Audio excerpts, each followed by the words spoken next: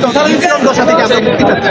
আমাদের দুইটাই মেইন দাবি, একটা হচ্ছে আমাদের সকল আমাদের করতে হবে, যেটা সার্ভিস কোডের মাধ্যমে করা যাবে। আমরা সার্ভিস কোড চাই, আর আমাদের আমরা 4 কোটি গ্রাহকের বিদ্যুৎ সেবা দিই, আমরা একদম ফ্রি লেভেলে জড়িত। আমাদের সকল এখানে আমাদের 712 জন এমপ্লয়ি আছে ব্রাহ্মণবাড়িয়া পল্লী বিদ্যুৎ সমিতি। এখানে মেজরিটি পার্সন হচ্ছে অনিয়মিত চাকরি।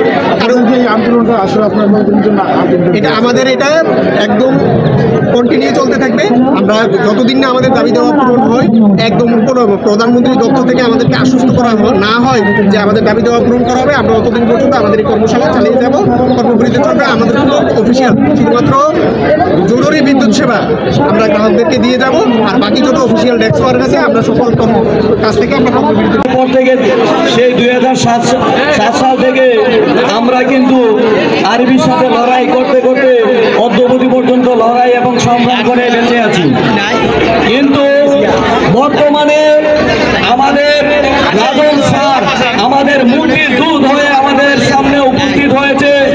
আমরা চাই রাজন স্যারের হাতকে শক্তিশালী করার জন্য আগামী দিনে যত ধরনের যত কর্মসূচি আছে আমরা ব্রাহ্মণবাড়িয়া পল্লী বিদ্যুৎ সমিতির মেসেঞ্জার মিটার রিডাররা ঐক্যবদ্ধ হয়ে আগামী দিনের কর্মসূচিগুলা বেগবান করার জন্য সবসময় প্রস্তুত আছি। আরেকটা কথা মেসেঞ্জার মিটার রিডার ভাইদেরকে বলতে চাই, আমাদেরকে কেউ কোনো স্যার আন্দোলন শিখায় নাই, আমরা নিজেরাই কিন্তু আন্দোলন শিখছি। আমরা 2007 সাল থেকে আন্দোলন করে করে 16-18 আমরা কিন্তু দেখাই এনেছি, ইতিহাস কিন্তু সবারই জানা আছে। কিন্তু আজকে স্যারদের উদ্দেশ্য বলবো, স্যাররা যদি তাদের বিজয় পেয়ে যদি স্যাররা ঘরে ফিরে যায়, কিন্তু আজকে প্রতিশ্রুতি দিয়েছি আমরা মেসেঞ্জার মিটার রিডাররা বাংলাদেশের 80টি পল্লী বিদ্যুৎ সমিতির কেউ ঘরে ফিরে যাবো না। দাবি আদায় না হওয়া পর্যন্ত আমরা মাঠে থাকবো। কোন স্যার আমাদের পাশে থাকলো কি থাকলো না সেটা আমাদের বিবেচনার বিষয়।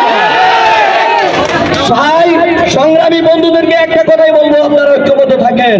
কে আসলো না আসলো সেটা আমাদের দেখার বিষয় নয়।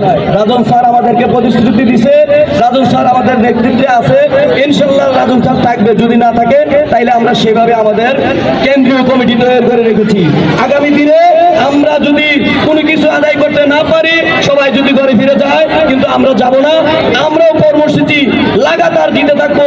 আপনারা শুধু ইতিপূর্বে 3 বার ভেঙেছি, আবারও প্রয়োজনে আরবির একটা ইট আমরা খুলে নেব। আমরা বাংলাদেশের 17,381 জন মেসেঞ্জার মিটার রিডার ইনশাল্লাহ ঐক্যবদ্ধ এবং প্রস্তুত আরবির গেট দখল করার জন্য আমরা প্রতিজ্ঞাবদ্ধ হয়ে আছি। ধন্যবাদ সবাইকে।